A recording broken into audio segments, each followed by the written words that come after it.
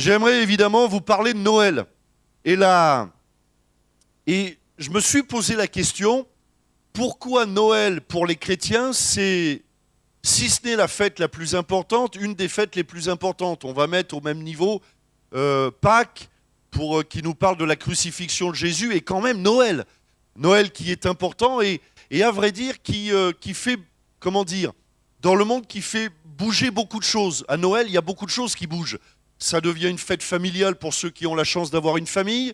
Ça devient une fête particulière dans beaucoup de domaines.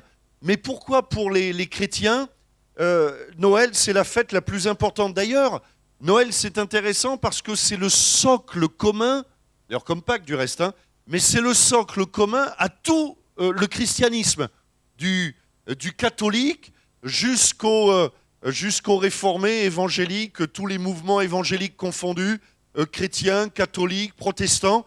Eh bien, nous nous retrouvons dans ce socle commun. On est tous d'accord pour dire que l'évangile a cette particularité de se manifester au travers de Noël. Et on verra pourquoi Noël est particulier.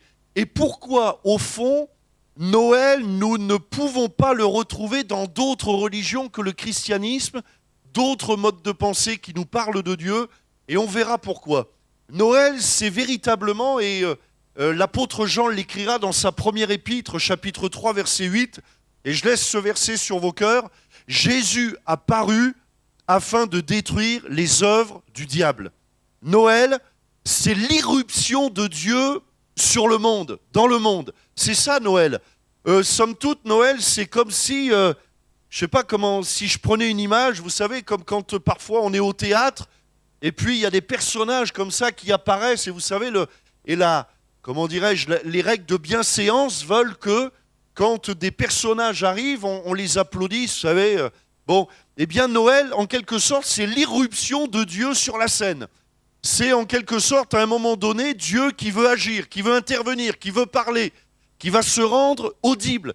Ça ne veut pas dire que Dieu n'a pas parlé dans l'Ancien Testament, mais ça veut dire que Noël, c'est quelque chose de particulier. Et même, la particularité de Noël, pour le coup, c'est que là, ça devient un événement physique. On n'est plus dans des promesses, on n'est plus... Vous voyez ce que je veux dire? C'est physique. Jésus, c'est qui Jésus? C'est Dieu incarné en homme, oui ou non? C'est Dieu incarné en homme. Et voilà la particularité de Noël. La particularité de Noël qu'on ne retrouve nulle part ailleurs, c'est l'incarnation. Notez bien ce mot, l'incarnation de Dieu. C'est-à-dire que Dieu, la parole est faite chair. Il devient touchable, abordable. C'est pas seulement, comment vous dire, comme dans l'Ancien Testament, il y avait les hommes et les femmes de Dieu avaient de temps en temps des révélations, mais comment dire, Dieu restait quand même quelque part comme un personnage lointain. C'était le Dieu, vous savez, du tabernacle. C'était le Dieu du lieu très saint où, si vous lisez bien la Bible, mais normalement vous lisez tous bien la Bible, il y en a un qui dit Amen, ça me rassure tout de suite, mais où, souvenez-vous, dans l'Ancien Testament, une fois par an, seul le souverain sacrificateur pouvait entrer dans le lieu très saint, et si tout était correct, il pouvait en ressortir vivant.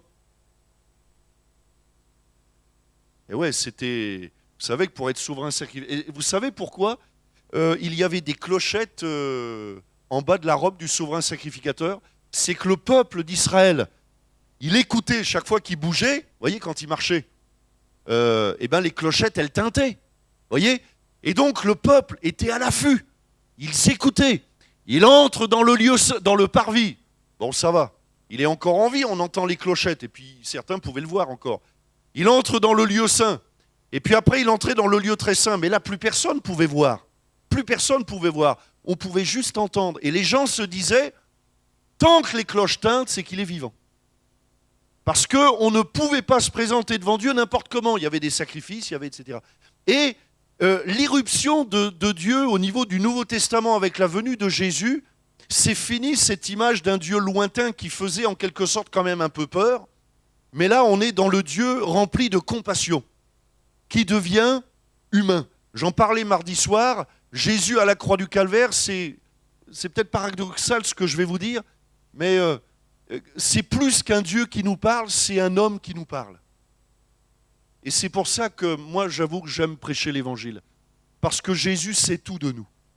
Et il peut nous comprendre parce que lui aussi a marché comme un simple homme. Et Noël, c'est l'irruption de Dieu sur la scène. Jésus a paru. Et puis, au moment de Noël, il y a eu du mouvement. Il y a eu du mouvement sur la terre. Alors, dans le ciel, bien sûr, il y a eu tellement de mouvement dans le ciel que même certains anges n'ont pas pu s'empêcher de descendre sur terre. Et une chorale qui est descendue. Et la Bible nous dit dans l'évangile de Luc, hein, je lis pour vous, vous savez, l'ange qui va apparaître aux bergers, là, qui passe les veilles de la nuit, qui garde les troupeaux, et l'ange leur dit, ne craignez point. Vous voyez, ça commence avec ces mots, ne craignez point. Voilà, ne craignez point, c'est ça l'irruption de Dieu. Car je vous annonce une bonne nouvelle, qui sera pour tout le peuple le sujet d'une grande joie, c'est qu'aujourd'hui, dans la ville de David, il vous est né un sauveur, qui est le Christ, le Seigneur. Et puis au verset 13, et soudain, il se joignit à l'ange, une multitude de l'armée céleste, louant Dieu et disant gloire à Dieu dans les lieux très hauts, paix sur la terre et bienveillance envers les hommes. Voyez-vous, c'est à un moment donné l'irruption et ça a bougé. Les bergers ont vu que ça a bougé, les anges ont bougé, les anges ont parlé, ça a bougé dans les champs, il y a eu des révélations. Et puis le roi Hérode aussi a bougé, parce qu'il a entendu parler de ce bébé qui naîtrait, qui prendrait la place, qui deviendrait le roi d'Israël. Et souvenez-vous aussi qu'à cette époque-là, on en parle moins. Mais lorsque Jésus est né, il y a eu un massacre terrible. Il y a eu, Hérode a voulu faire tuer tous les enfants de moins de 2 ans. C'est pour ça que Joseph et Marie, à un moment donné, se sont enfuis en Égypte pour échapper à la colère d'Hérode. Donc Jésus est né dans un contexte particulier. Maintenant, Noël, c'est l'irruption de Dieu sur la scène du monde, mais aussi, surtout, Noël, c'est, cette porte que Dieu veut nous ouvrir pour chacun d'entre nous. Et dire, au fond, le message de Noël, c'est quoi? D'ailleurs, Dieu a fait irruption dans le monde, mais ça veut dire quoi? Ça veut dire qu'au-delà de ça, Dieu peut faire irruption dans ton monde, dans ta vie, sur ta scène, dans ta vie. Il peut devenir l'acteur de ta vie, non plus le spectateur. Parfois, moi, c'était avant de rencontrer Dieu, de marcher avec Dieu, de devenir un enfant de Dieu. J'avais une conception de Dieu. Moi, j'imaginais que Dieu ne pouvait être que spectateur. Et c'est tout. Et je crois que c'est la conception de bien des gens. Vous savez qu'on vit dans un pays assez croyant, au fond, quand on pose la question aux Français, je crois que c'est presque 80% des Français qui croient que Dieu existe. Mais ça ne veut rien dire, croire que Dieu existe. Quelle sorte de Dieu? Et pour la plupart de ces gens, quand on les interroge, on s'aperçoit qu'ils ont une conception d'un Dieu qui est spectateur, qui, au fond, ou ne veut pas intervenir, c'est-à-dire qu'il ne s'intéresse pas à nous, il est là, il est dans son ciel, voilà, et il nous regarde un petit peu comme quelqu'un qui joue à un jeu vidéo, qui regarde les Sims, vous voyez, nous regarde de haut, ou alors qu'il ne peut pas intervenir parce qu'il est tellement lointain qu'il ne peut pas. Mais Noël, c'est justement ce moment où Dieu ne veut plus simplement être spectateur dans ta vie, mais être un acteur. C'est-à-dire intervenir, non pas pour, faire de toi un esclave, mais pour t'apporter la bénédiction. Et d'ailleurs, les mots de l'ange, les premiers mots, c'est ne craignez point. Ne craignez point. Ne crains pas. Dieu vient pour nous apporter la bénédiction. Alors, avant de parler de Noël, imaginez, moi j'ai beaucoup d'imagination, imaginez un monde, pour le coup, sans Dieu. Imaginez. C'est difficile de l'imaginer quand on est assis dans une église. Mais imaginez un monde sans Dieu. Ça voudrait dire, premièrement, un monde sans église. Ce matin, on serait au mieux dans notre lit, au pire en train de faire la vaisselle. Bon. Un monde sans église. Mais imaginez un instant un monde sans église. Un monde sans clocher, sans ces beaux bâtiments, même ces beaux bâtiments quand même, qui nous rappellent, même si on n'est pas d'accord avec tout, mais quand même qui nous rappellent qu'il y a un Dieu quelque part. Une église, ça nous rappelle qu'il y a des endroits où on peut prier, oui ou non? Une église, ça nous rappelle qu'il y a des croyants, des hommes et des femmes. Mais imaginez un monde, sans église, nulle part, il n'y a rien, il n'y a pas la croix. Imaginez un monde sans prière. Imaginez que la prière soit absente même du vocabulaire, du dictionnaire, qu'à la lettre P, il n'y ait pas prière. Voyez ? Imaginez un monde sans espoir, où on annonce aux malades incurables, t'es un malade incurable et c'est fini. Qu'on annonce aux chômeurs, t'as plus de boulot, c'est fini. Qu'on annonce au couple qui va divorcer, vous allez divorcer, c'est fini. Qu'on annonce aux enfants dont les parents divorcent, tu vois, tes parents ils vont divorcer, c'est fini. Il n'y a plus rien à faire. Il n'y a rien à faire parce que de toute façon, tu vis dans un monde où on ne peut rien faire. Imaginez un monde sans espoir, sans espérance. Imaginez un monde sans miracle. Où on ne vivrait plus dans le tout est possible, mais dans le rien n'est possible. Ou en tout cas pas grand-chose. Imaginez un monde sans vie après la mort. Moi je m'imagine, je suis papa, j'ai 2 filles, et j'imagine dire à mes filles, voilà, faites votre vie, de toute façon demain on finira tous dans un trou. Puis après il n'y a rien. Il n'y a rien. Tu auras vécu 20, 30, 40, je souhaite plus, 80, mais de toute façon, tous on finira dans un trou. Puis après, il restera rien. C'est super, hein. Invitez-moi à midi, vous allez voir, je vous mets l'ambiance. Imaginez un monde où nous ne serions que le résultat du hasard. Un agglomérat d'atomes, de molécules, cousins des amibes ou de la limousine. La limousine, la vache, un jour. Un monde dans lequel Goliath a tué David. Un monde dans lequel Lazare est définitivement mort, où Marthe et Marie n'ont fait que pleurer sans consolation. Un monde dans lequel Bartimée est resté aveugle. Un monde dans lequel l'injustice règne réellement, ou plutôt totalement. Un règne dans lequel le pauvre s'appauvrit sans aucun espoir de s'enrichir. Un monde dans lequel celui qui démarre mal dans la vie, de toute façon, il terminera mal.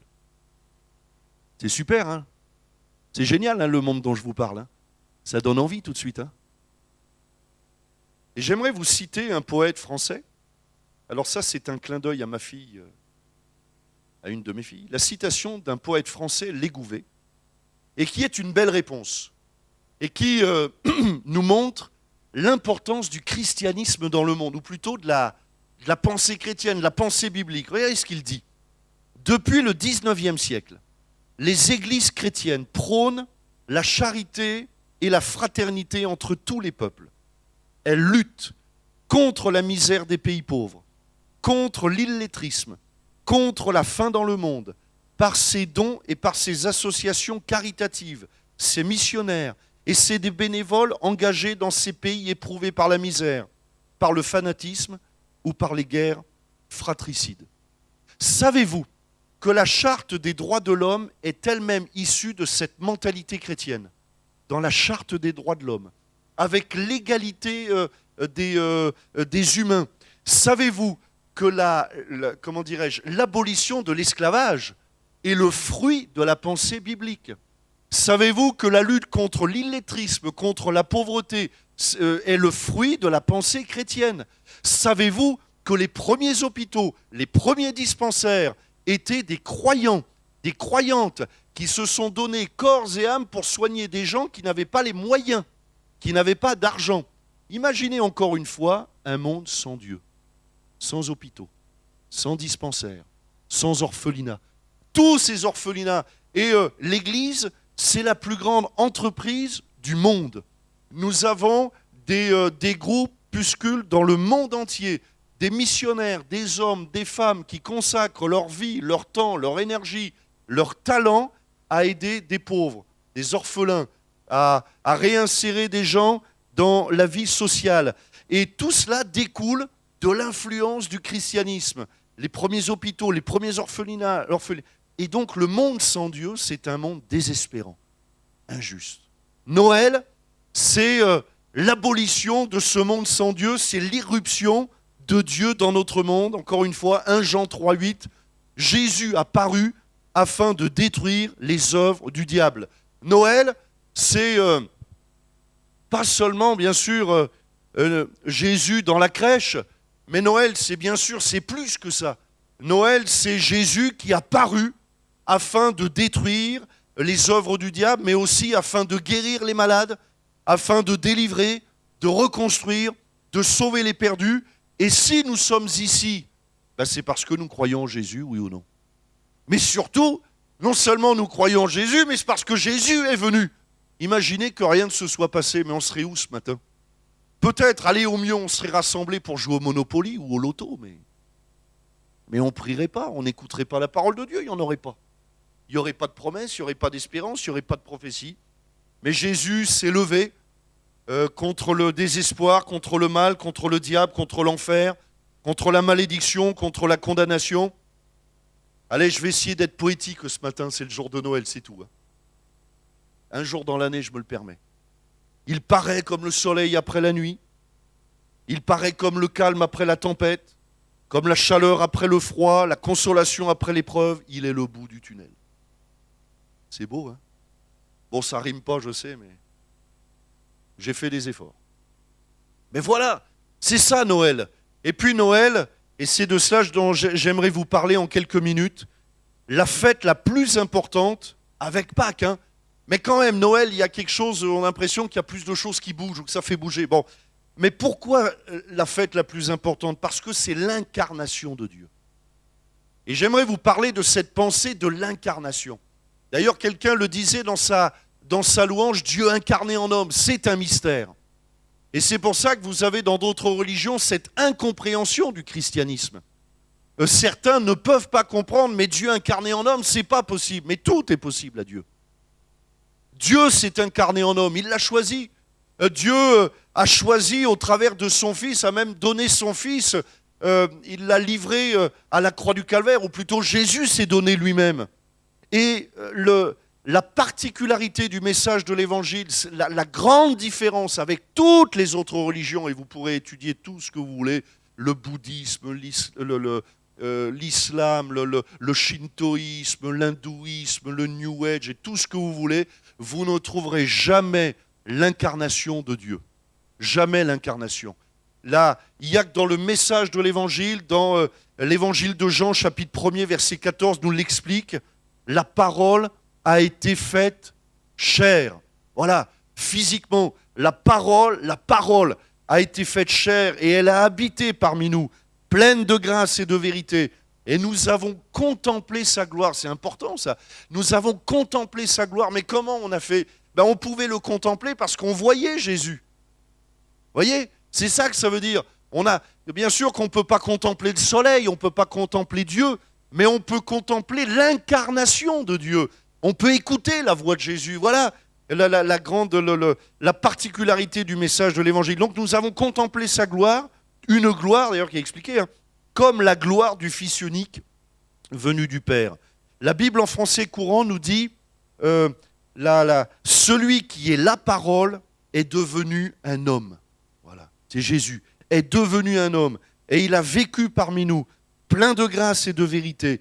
Nous avons vu sa gloire, la gloire que le Fils unique reçoit du Père. Dans la Bible, traduction Darby, la parole devint chair et habita au milieu de nous. Et nous vîmes sa gloire, une gloire comme d'un Fils unique de la part du Père, pleine de grâce et de vérité. Et puis la traduction du Semeur, je pense que c'est de plus en plus, il y a la traduction du Semeur. Ben voici ce que dit le Semeur, enfin la traduction du Semeur. Celui qui est la parole est devenu homme. J'aime bien cette expression. Est devenu homme. Dieu est devenu homme. Et il a vécu parmi nous. Nous avons contemplé sa gloire, la gloire du Fils unique envoyé par son Père, plénitude de grâce et de vérité. Voltaire a pu dire « Dieu s'est fait homme parce qu'il est plus difficile d'être un homme que d'être Dieu. » C'est beau ce qu'il dit, hein? Parce que c'est plus difficile d'être un homme que d'être Dieu. Voyez-vous, si dans l'Évangile, dans le christianisme, Dieu ne s'était pas incarné en homme, tous on aurait pu dire, et moi le premier, j'aurais pu dire, et je crois que je l'aurais dit, Dieu, tu ne sais pas ce que c'est que de vivre comme un homme. Et je comprends ce que dit Voltaire. Et il dit, mais Dieu s'est fait homme parce qu'il est plus difficile d'être un homme que d'être Dieu. Et oui, l'homme, il souffre, il transpire, il vit dans une limitation temporelle, il vit dans une limitation physique. Nous sommes limités par notre propre corps, nous n'avons que 2 mains, on n'a qu'un cerveau. Bon, heureusement, les hommes, ils ont un cerveau.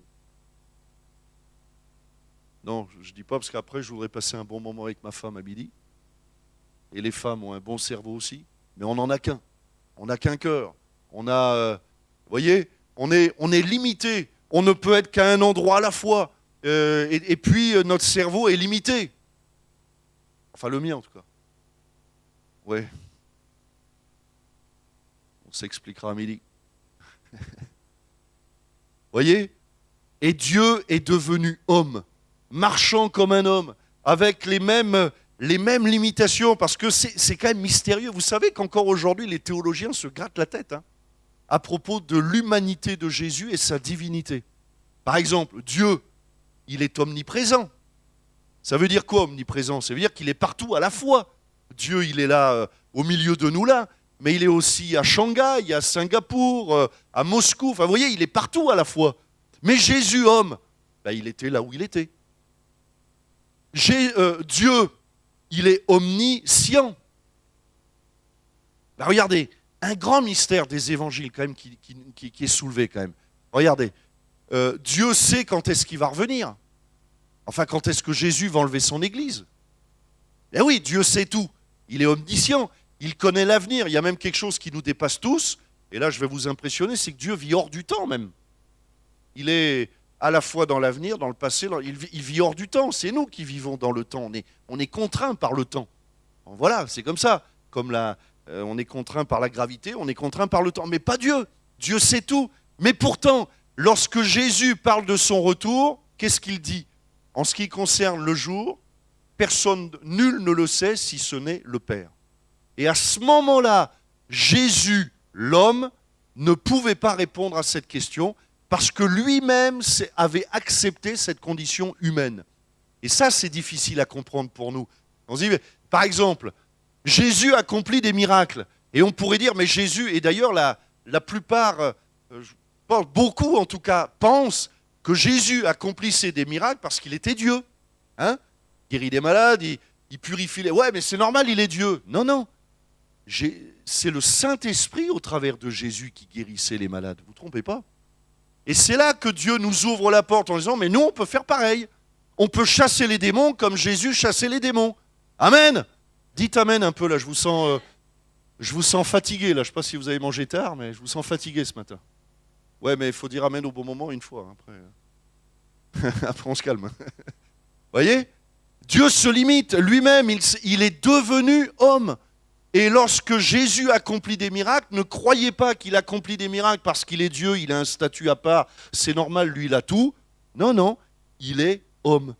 Et lorsque Jésus a des révélations, il a la révélation par exemple par rapport à la situation conjugale de la femme samaritaine par exemple. Alors on peut dire, ouais, mais c'est normal, il est omniscient. Non, pas à ce moment-là.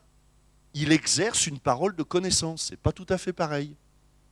Et lisez bien dans le Nouveau Testament, ces dons spirituels sont à notre portée. Donc Jésus nous ouvre la porte et c'est là toute la différence. L'incarnation de Jésus, ça veut dire que non seulement Jésus devient abordable, mais moi je peux rentrer, enfin moi, nous, les enfants de Dieu, on peut entrer dans les œuvres de Jésus et même accomplir ce verset qui nous paraît incroyable, accomplir de plus grandes œuvres que Jésus lui-même. C'est incroyable quand je vous dis ça, pourtant c'est biblique. C'est biblique. Parce que Jésus se manifeste au travers de l'Église. Et puis Irénée de Lyon, un des premiers pères de l'Église, évêque de Lyon, a dit ceci, Dieu s'est fait homme pour que l'homme devienne Dieu. Jésus s'est fait homme. Et donc, dans la personne de Jésus, et pourquoi l'incarnation ? Non seulement pour nous comprendre, non seulement pour avoir compassion de nous, mais une réelle compassion, comme quelqu'un qui peut dire, après tout, Jésus peut venir à notre secours parce que, je ne sais pas moi, prenez des problèmes humains, n'importe lesquels, la solitude, mais Jésus a connu la solitude. Jésus ne s'est jamais marié, il a toujours vécu seul. Jésus a été moqué, Jésus a été humilié, Jésus a été montré du doigt, Jésus a été mis de côté. Lorsque Jésus faisait du bien, qui a souffert plus d'injustice que Jésus? Citez-moi une fois où Jésus a fait mal à quelqu'un. Pas une fois.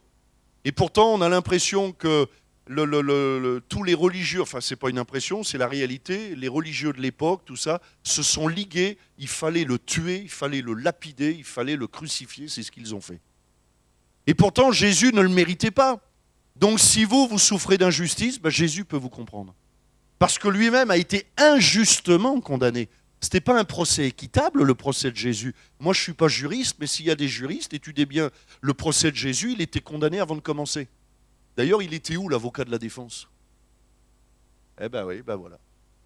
Voilà, alors là, les juristes, expliquez-nous. Il était où, l'avocat de la défense? On a même Barabbas ou Jésus? Non, libérez Barabbas. Mais quelle honte!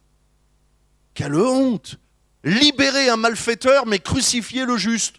Crucifier celui qui a purifié les lépreux, il a guéri des malades, il a ressuscité des morts, il a guéri des paralytiques, des aveugles, il a béni des hommes, des femmes, et c'est lui qu'on va crucifier. Vous ne croyez pas qu'il souffrait d'injustice?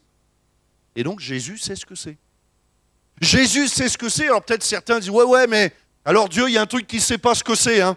Moi, j'ai été trahi, même par des amis. Eh bien, regardez le dernier repas de la scène.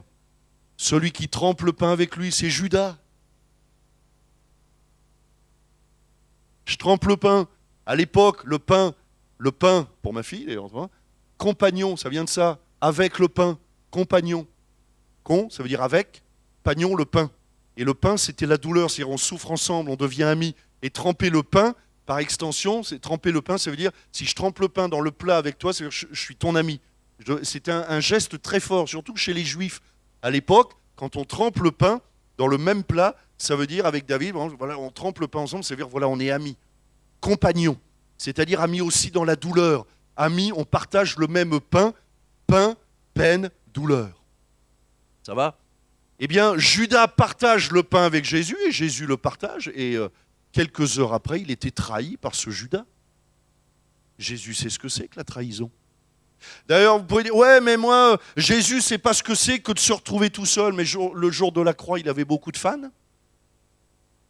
La crucifixion, il y avait la mère de Jésus et Jean, c'est tout. Même Pierre, vous savez, Pierre, il était où, Pierrot?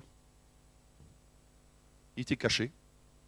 Lui, il était en train de dire à tout le monde, moi, je le connais pas. Eh ben, c'est ça, hein. Ah non, moi, je connais pas. Mais si, il était avec Jésus. Je ne sais même pas de qui vous parlez, moi. Jésus avec un S, sans S. Vous voyez? Trahi. Eh bien, c'est l'incarnation de Dieu. Et Dieu, et ça c'est important dans l'incarnation, il devient touchable. Et le peuple d'Israël ne manquera pas de vouloir le toucher. Regardez Matthieu chapitre 9, verset 21. La femme malade depuis, je crois, 18 ans, qui était atteinte d'une perte de sang. Matthieu 9, 21 nous dit, elle disait en elle-même, si je puis seulement toucher son vêtement, je serai guéri. Mais ça, c'est possible si Dieu est incarné en homme, sinon je touche quoi? Et on est tous pareils. Parfois on dit, ouais, t'as qu'à toucher Dieu en esprit. Ouais. Mais tous, on a besoin parfois de choses tangibles, physiques, touchables. Et là, Jésus est devenu, Dieu devient touchable, je serai guéri, je touche. Et dans quantité d'autres guérisons, Matthieu 14, verset 36, ils le prièrent de leur permettre seulement de toucher le bord de son vêtement. Donc ça s'est reproduit. Souvent, nous, on n'a que le témoignage de cette femme, mais il y en avait plein d'autres. Plein de gens qui voulaient toucher le bord du vêtement de Jésus. Et la Bible nous dit, tous ceux qui le touchèrent furent guéris. Dans Marc chapitre 3, verset 10, car comme il guérissait beaucoup de gens, tous ceux qui avaient des maladies se jetaient, imaginez la scène, hein, se jetaient sur lui pour le toucher. Jésus devient touchable. C'est pas seulement un Dieu, Dieu est esprit, voilà, il vit dans son ciel de gloire, je ne peux pas l'aborder, où il faut que je fasse de grandes études, etc., pour espérer avoir l'ombre de peut-être une de ses... Non! Jésus devient touchable. Et toute la volonté de Dieu, c'est d'être touchable. d'être abordable. D'ailleurs, on pourra même dire, les contemporains de Jésus l'appelaient même l'ami des publicains et des prostituées. C'est-à-dire qu'il ne fréquentait pas des gens bien. Et la Bible nous dit dans l'évangile de Luc, je crois chapitre 15 au verset 1er, tous les gens de mauvaise vie s'approchaient de lui pour l'entendre. Parce qu'ils savaient que Jésus ne rejetait personne. Et ce matin, Jésus ne rejette personne. Noël, eh ben c'est ça. C'est l'incarnation de Dieu. C'est plus que Jésus est né dans une étable, dans une étable. C'est plus que ça. C'est l'incarnation de Dieu. Dieu, en Jésus-Christ, devient enfin abordable, atteignable, disponible, touchable, humain. Il devient humain. Et moi, j'aime quand Jésus nous parle ou me parle, parce que c'est plus qu'un Dieu, c'est un homme qui parle à un homme ou à une femme. Et il sait ce que c'est. Jésus a pleuré, il a mangé, il a souffert, il a été fatigué, il a dormi, il a mangé. Toutes les contraintes physiques, Jésus les a eues comme nous. Il n'y a pas eu de privilège, pas eu de statut spécial. Dieu n'a pas dit à Jésus, bon écoute, tu vas t'incarner en homme, mais je vais faire de toi Superman. Toi, on ne pourra pas te... Vous voyez, comme Superman. Eh ben non. Si Jésus pouvait se couper la main, pouvait se blesser, il souffrait, il devait dormir, il devait manger, lui aussi devait... il a expérimenté la fatigue, enfin, etc. Et puis Jésus, l'incarnation de Dieu, Noël, c'est le Verbe incarné. Jésus, la parole faite chair, la parole, vous avez bien compris, c'est de Jésus dont il est fait mention. Jésus est la parole. Et il est le Verbe incarné, ça veut dire quoi? La parole, le Verbe. Et le Verbe, c'est toujours une action. Il parle, il agit, il guérit, il a autorité sur les éléments, il délivre, il sauve. D'ailleurs, là, je viens de vous citer des verbes. Parce que Jésus est le Verbe. Celui qui guérit, c'est Jésus. Celui qui délivre, c'est Jésus, le Verbe, l'action. Il est celui. C'est pour ça que Dieu dira à Moïse, mais quel est ton nom? Je suis celui qui suis. Et alors on pourrait dire, mais ça veut dire quoi, celui qui suis? C'est-à-dire, je suis le Verbe. C'est ça que ça voulait dire. Je suis l'action, le Verbe. Si vous voulez, Dieu ne voulait pas se résumer à un mot qui le limite. Mais il disait à Moïse, je suis celui qui suis. Délivre, guérit, bâtit, console, reconstruit, chasse les démons, purifie les lépreux, etc. Et puis, il est la lumière. Il est la lumière. Incarné aussi. Jésus est la parole, mais lisez dans l'évangile de Jean, toujours au chapitre 1er, c'est très intéressant. Il est la lumière qui a voulu éclairer tous les hommes. Il est cette lumière qui éclaire, mais qui éclaire quoi? Ça veut dire quoi? Eh bien, deux choses. La lumière, d'ailleurs j'ai fait l'expérience hier, je promenais mon petit chien à la lueur des belvédères. Vous avez fait cette expérience fantasmagorique? Je vous raconte ma vie, c'est passionnant. Et tant qu'on est à la lumière des belvédères, tout va bien. Mais dès qu'on tombe dans le noir, et je regarde David, mais la lumière du belvédère, elle va jusqu'à un certain point. Et j'étais avec mon chien, et mon chien voulait aller dans la zone obscure. Et moi, je n'étais pas rassuré. Parce que je dis, mais là, je ne vois pas ce qu'il y a. Ça fait comme un mur. Ça fait comme un mur. Vous voyez ce que je veux dire? Eh bien, Jésus est venu pour révéler le mensonge. On ne sait pas ce qui se cache dans le noir. Et en plus, c'était un chemin, et on pouvait tout imaginer. Comme j'ai de l'imagination, j'imagine tout. Moi. Alors je dis, ça se trouve, il y a des monstres, juste qui sont derrière le mur noir. Donc moi, je ne vais pas dans le mur. En plus, le chien, il voulait y aller. Je dis, il y a un truc là. Ça se trouve, il y a des monstres. Mais je ne peux pas le savoir, parce que... Et puis, si je veux le savoir, je suis obligé d'aller dedans. Mais si je vais dedans, je ne vois plus rien, je ne me vois même plus. Donc, moi, je ne vais pas dedans. Vous voyez là... Ah, je passe des soirées passionnantes, moi. Et donc, je suis face à ce mur.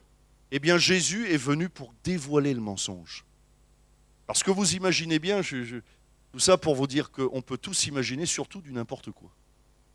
Et le diable aime nous mettre dans les ténèbres où on peut croire que le mensonge, c'est la vérité. Et Jésus est venu pour dévoiler le mensonge. C'est quoi le mensonge? Le mensonge, c'est de nous faire croire qu'on n'a pas de valeur. C'est un mensonge. Tous, on a de la valeur aux yeux de Dieu. Vous voyez, ça recule le mur. Deuxièmement, l'autre mensonge du diable, c'est de nous faire croire que notre prière ne sert à rien. Mais ma prière, elle a de l'autorité, elle a de la puissance. Là, vous faites encore reculer. Là. Troisièmement, le plan de Dieu, c'est que nous sommes connus de Dieu. Et Dieu a des projets de paix et non de malheur pour chacun d'entre nous. Et là, vous éclairez tout le chemin. C'est pour ça que la Bible nous dit « Ta parole est une lampe à mes pieds, une lumière sur mon sentier. » C'est-à-dire qu'il n'y a plus de mur noir, il n'y a plus rien. Jésus est la lumière. Il est cette incarnation, il est venu pour nous éclairer, il est venu pour révéler les mensonges. Tout ça, ce sont des mensonges diaboliques. Mais la vérité, c'est que j'ai de la valeur aux yeux de Dieu, c'est que Dieu m'aime, c'est que Dieu a un plan pour moi, c'est que quand un malheureux crie, l'Éternel entend et le délivre de toutes ses détresses. On termine par la prière. Notre bon Père Céleste, nous te bénissons, nous te louons, Seigneur, parce que Noël, c'est l'incarnation de Dieu en homme. Je te bénis, Seigneur, pour Jésus, pour Dieu fait homme, pour Jésus qui a marché sur notre terre, qui avait les mêmes limitations que nous. Je te bénis, Seigneur, parce que toi, tu sais ce que c'est que la souffrance. Tu es même toi-même passé par la vallée des larmes. Tu es passé par la fatigue. Tu es passé par... Et la Bible nous dit même que tu as été tenté comme nous, en toutes choses. Mais tu n'as jamais baissé les bras. Tu ne t'es jamais découragé. Tu n'as jamais péché. Et Seigneur, je te bénis pour ta personne. Je te bénis parce que s'il y a quelqu'un qui peut nous comprendre, c'est toi.